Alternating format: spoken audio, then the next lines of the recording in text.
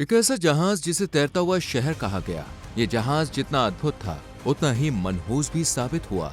न सिर्फ इसके बनने के दौरान 2 लोगों की जान गई, बल्कि यात्रा में इसने कई 100 लोगों को मौत के हवाले कर दिया। 16 किलोमीटर दूर तक सुनाई देने वाली आवाज थी इस जहाज की। इसे बनाने वाले का कहना था कि ये अनसिंकेबल शिप है, लेकिन अपने पहले ही सफर में ये शिप समुद्र की आगोश में समा गया। क्यों इतने मजबूत शिप का दावा भरने के बाद भी ये जहाज डूब गया और कोई इसकी मदद के लिए नहीं आया? क्या लोगों की मौत का जिम्मेदार ये शिप है, या फिर इससे जुड़े लोगों की लापरवाही? वो कौन सी गलतियां थीं जिनकी सजा लोगों को मौत के रूप में मिली? चलिए जानते हैं। दोस्तों, वैसे तो आप समझ ही गए होंगे कि हम किस शिप की बात कर रहे हैं, और जो लोग नहीं समझे उन्हें बता दें कि यहाँ अनसिंकेबल शिप, सबसे मजबूत जहाज, पानी पर तैरता हुआ शहर जैसे कई टाइटल अपने नाम करने वाले टाइटैनिक की बात हो रही है, जिसकी चर्चे इसके बनने से लेकर मिटने तक और इसके लुक से लेकर इसके मलबे तक आज तक होते आए हैं। और अब इसका जो मलबा समुद्र की गोद में समाया हुआ है, वो भी अपने अट्रैक्शन के चलते लोगों को अपने पास आने पर मजबूर कर देता है।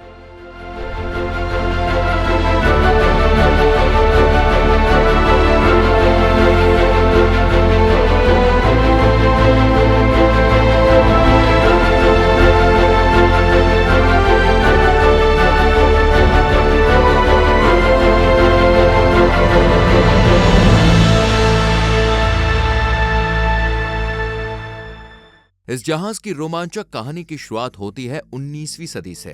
उस वक्त ब्रिटिश और जर्मन लोगों के बीच होड़ मची हुई थी।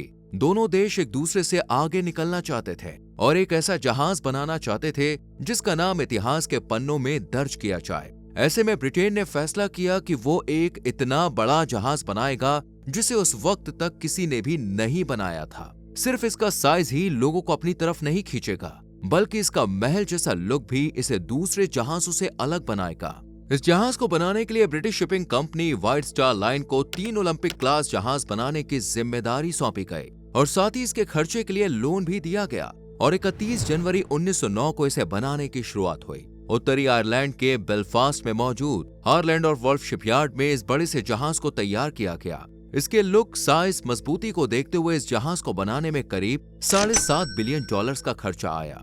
ये जहाज जब बन ही रहा था तभी इसको बनाने में 2 लोगों की जान चली गई और बताया जाता है कि 246 लोग बुरी तरह से जख्मी भी हुए थे। खैर, लोगों की बलि लेने के बाद 31 जनवरी 1911 को इसे पूरी तरह से तैयार कर लोगों के सामने पेश किया गया। एक रिपोर्ट के मुताबिक ऐसा बताया जाता है कि टाइटैनिक इंपीरियल स्टेट बिल्डिंग जितना ऊंचा था, यानी इसकी ऊंचाई थी करीबन 17 मंजिल इमारत के बराबर। वहीं इसमें लगी सीटी की आवाज को 11 मील दूर तक भी सुना जा सकता था। जब इसे पेश किया गया तो 10,000 लोग इसे देखने के लिए इकट्ठा हुए थे और इसकी शानदार लुक व हर तरह की सुख सुविधाओं को देखकर लोगों की आंखें फटी की फटी रह गई थी। और इस तरह इस शिप को एक तैरते हुए शहर का टाइटल दिया गया था। इस शिप में हजारों की संख्या में लोग आराम से सफर कर सकते थे। इस जहाज को 16 अलग अलग कंपार्टमेंट में बनाया गया था जो पूरी तरह से पानी से सेफ थे। जब व्हाइट स्टार लाइन कंपनी ने इसकी सर्विस का ऐलान किया तो यूरोप से लेकर दूर दराज शहर देशों में भी टाइटैनिक के सफर को लेकर बड़ी दिलचस्पी पैदा हो गई। ये जहाज उस वक्त का सबसे आलीशान जहाज था जिसमें बैठना लोगों के लिए एक सपना बन गया था। अपनी पॉपुलैरिटी को देखते हुए इस जहाज का सबसे महंगा टिकट उस टाइम $4,350 यानी 3 लाख के अराउंड में बेचा गया, जिसे लोगों ने हाथों हाथ लिया था। वहीं मिडिल और लोअर मिडिल क्लास लोगों के लिए जहाज की टिकट सस्ती रखी गई और 10 अप्रैल 1912 को इस जहाज ने पहला सफर इंग्लैंड के साथ हैम्पटन से न्यूयॉर्क की तरफ शुरू किया और इसमें मौजूद थे 990 पैसेंजर्स। ऐसा बताया जाता है कि जब इस टाइटैनिक जहाज ने अपनी पहली यात्रा शुरू की तो इसे देखने के लिए बंदरगाहों पर लाखों लोग की भीड़ उमड़ पड़ी। साउथहैम्पटन को पीछे छोड़ टाइटैनिक 42 किलोमीटर की रफ्तार से आगे बढ़ता गया और शाम होते ही चरबर्ग फ्रांस पहुंच गया। इसके बाद ये 274 लोगों को लेकर क्वींसटाउन आयरलैंड की तरफ निकल पड़ा और फिर यहाँ से 133 यात्रियों को लेकर अपनी मंजिल न्यूयॉर्क की तरफ बढ़ गया। अब पूरे जहाज में 2240 यात्री और क्रू मेंबर सवार थे। अब तक लोग जहाज की सर्विस से काफी खुश थे और किसी भी अनहोनी का दूर दूर तक कोई भी अंदेशा नहीं था। लेकिन जब आयरलैंड से गुजरा तब उसे एक ऐसी खबर दी गई जिसे शायद अगर टाइटैनिक के पायलट मान लेते तो टाइटैनिक के साथ वो दर्दनाक हादसा नहीं होता। क्या थी वो अहम खबर? इसके बारे में जानने से पहले अगर आपने हमारी वीडियो को लाइक नहीं किया है तो जल्दी से लाइक कर दीजिए और चैनल को सब्सक्राइब करना ना भूलें। दरअसल आयरलैंड से गुजरते वक्त ही टाइटैनिक के पायलट को आइसबर्ग के बारे में चेतावनी दी गई थी। लेकिन जहाज के कप्तान एडवर्ड जॉन स्मिथ ने इसे नजरअंदाज कर दिया और स्पीड कम करने के बजाय उसी तेज स्पीड से जहाज को आगे बढ़ाने लगे। इस जहाज की स्पीड बहुत ज्यादा थी। रात तक कैप्टन को करीब 6 चेतावनी दी गई थी और आने वाले खतरे यानी कि आइसबर्ग से रूबरू भी करवा दिया था। लेकिन कैप्टन साहब तो टाइटैनिक के लिए एक नया रिकॉर्ड बनाने का सपना आंखों में संजोए फुल स्पीड से आगे बढ़ते गए। दरअसल इस जहाज को सबसे ऊंचा और शानदार जहाज होने का तो दर्जा मिल ही गया था। अब जॉन स्मिथ चाहते थे कि इसे सबसे तेज होने का खिताब भी दे दिया जाए और ये रिकॉर्ड उनके रिटायर होने से पहले उनके नाम जुड़ जाए। कई सारी चेतावनी मिलने के बाद जॉन ने 2 क्रू मेंबर्स को जहाज के ऊपर तैनात कर दिया ताकि वो आने वाले खतरे के बारे में जॉन को बता सकें। 14 अप्रैल की रात जितनी मनहूस होने वाली थी उतनी ही यादगार और खूबसूरत भी थी। हल्की सी चांद की रोशनी में समुद्र की लहरों को चीरता हुआ टाइटैनिक चला जा रहा था। लेकिन 11:39 पर टाइटैनिक का बुरा वक्त शुरू हो गया। ऊपर तैनात 2 क्रू मेंबर्स ने देखा कि सामने एक बड़ा सा पहाड़ जैसा कुछ उनके रास्ते में है। ये देखकर एक क्रू मेंबर समझ गया कि वो कुछ और नहीं बल्कि वो आइसबर्ग ही है। लेकिन ये बात समझने में उन्होंने बहुत देर कर दी थी। दरअसल इन 2 क्रू मेंबर्स को निगरानी रखने की जिम्मेदारी तो सौंपी गई थी, लेकिन इन्हें दूरबीन नहीं दी गई थी। इसलिए जब जहाज इसके पास पहुंच गया तब जाकर इन्हें इस आइसबर्ग का पता चला।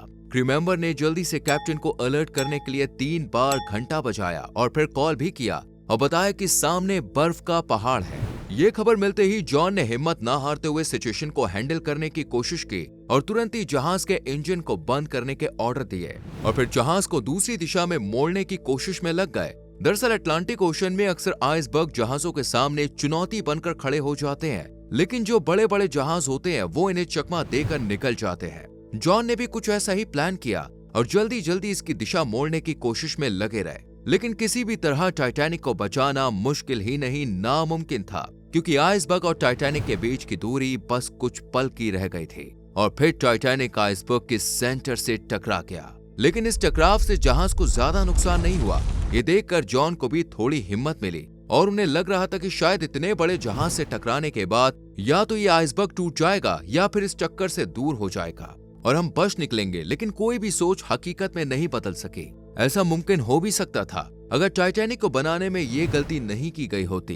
एक्सपर्ट्स का मानना है कि टाइटैनिक की बॉडी पर जो रिपीट्स लगाई गई थी वो स्टील की नहीं बल्कि कास्ट आयरन की बनाई गई थी। इन्हीं की मदद से बड़े बड़े लोहे के लेयर्स को एक साथ जोड़ा जाता है। लेकिन अगर टाइटैनिक में ये रिपीट्स कास्ट आयरन की जगह स्टील की लगाई जाती तो शायद टाइटैनिक बच जाता, क्योंकि कास्ट आयरन स्टील से नरम होता है। इसलिए जिस एरिया में आइसबर्ग की टक्कर हुई उस जगह से रिपीट्स प्रेशर पड़ते ही खुलते चले गए और टाइटैनिक की टक्कर एक बड़े से आइसबर्ग से होने की वजह से जहाज के निचले हिस्से में पानी भरने लगा। लेकिन जॉन को अब भी बचने की उम्मीद नजर आ रही थी, क्योंकि इस जहाज को इस तरह से डिजाइन किया गया था कि अगर इसके नीचे वाले 3 फ्लोर्स में भी पानी भर जाए तब भी ये जहाज नहीं डूब सकता था। लेकिन 14 अप्रैल को मनहूस दिन ने इस उम्मीद को भी खत्म कर दिया और पानी जहाज के निचले 3 फ्लोर से होकर ऊपर की तरफ बढ़ने लगा और जल्द ही पानी की रफ्तार तेज होती गई और जहाज समुद्र में डूबता गया। ये सब देखकर जॉन ने जान बचाने की एक आखिरी कोशिश की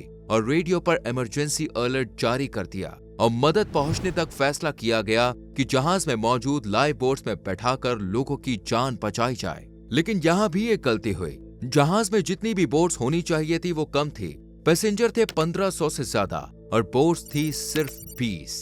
अब भी लोग बच जाते, पर अफरा तफरी के माहौल में एक एक बोट पर कम लोगों को बैठाकर पानी में उतार दिया गया। अगर ज्यादा से ज्यादा लोग लाइफ बोट पर बैठाते तो शायद कुछ ही लोग मौत के हवाले होते। जहाज डूबता जा रहा था और फिर हुआ शॉर्ट सर्किट और पूरे जहाज में अंधेरा छा गया। 2:20 के करीब जहाज 2 टुकड़ों में टूटकर समुद्र की आगोश में समा गया और करीब 1500 लोगों की 2 डिग्री सेल्सियस के ठंडे पानी में मौत हो गई। ऐसा बताया जाता है कि कैप्टन जॉन वो आखिरी शख्स थे जिन्होंने डूबते जहाज से छलांग लगाई थी और 1500 के करीब लोग इस पहले सफर में टाइटैनिक के साथ समुद्र में डूब गए। जितना ये जहाज लोगों के लिए इंटरेस्टिंग था उतना ही आज उसके मलबे को भी अहमियत दी जाती है। आए दिन शोधकर्ता टाइटैनिक के मलबे को देखने के लिए समुद्र की गहराई में जाते हैं और इस हादसे की वजह के बारे में जानने की कोशिश करते हैं। ऐसे ही एलन एस्ट्रादा ने साल 2022 में टाइटैनिक के मलबे को देखने के लिए पनडुब्बी की यात्रा की थी। उन्होंने अपनी यात्रा को याद करते हुए बताया कि मैं भी टाइटैनिक के मलबे को देखने के लिए पनडुब्बी से गया था। शुरू में तो इनका भी अपने लोगों से संपर्क टूट गया था, लेकिन फिर कुछ देर बाद ही कनेक्शन हो गया। एलन ने बताया कि ये सफर बहुत जोखिम भरा था, लेकिन ये बच के आ गए। इसके बाद 2023 में 5 अरबपतियों ने टाइटन सबमरीन में जाकर टाइटैनिक का मलबा देखने का प्लान बनाया, लेकिन इनका ये सपना पूरा नहीं हो पाया, क्योंकि इससे पहले ही ये पांचों रईस लोग टाइटैनिक के मलबे को देख पाते, उससे पहले इनकी पनडुब्बी तबाह हो गई और संपर्क तो कुछ समय पहले ही टूट चुका था। इस हादसे ने ये यकीन दिला दिया कि जरूर ये टाइटैनिक जहाज रहस्यमय है। जो भी इसके आसपास जाता है वो इसकी चपेट में आ जाता है। लेकिन कुछ समय बाद अटलांटिक महासागर में लगभग 13,000 फीट की गहराई में पड़े टाइटैनिक का मलबा दिखाने के लिए जो पनडुब्बी निकली थी उसको खोज लिया गया। इसे निकालने के बाद बताया गया कि मलबे के ही बीच में कुछ अवशेष भी मिले हैं, जो कि शायद उन्हीं 5 लोगों के थे।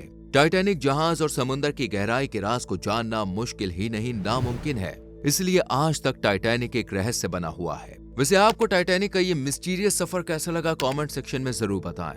वीडियो अच्छी लगी हो तो लाइक और शेयर करना ना भूलें और चैनल को सब्सक्राइब करके बेल आइकॉन प्रेस करें, जिससे आने वाली वीडियोस आपसे मिस ना हो। मिलते हैं अगली वीडियो में। Till then bye bye.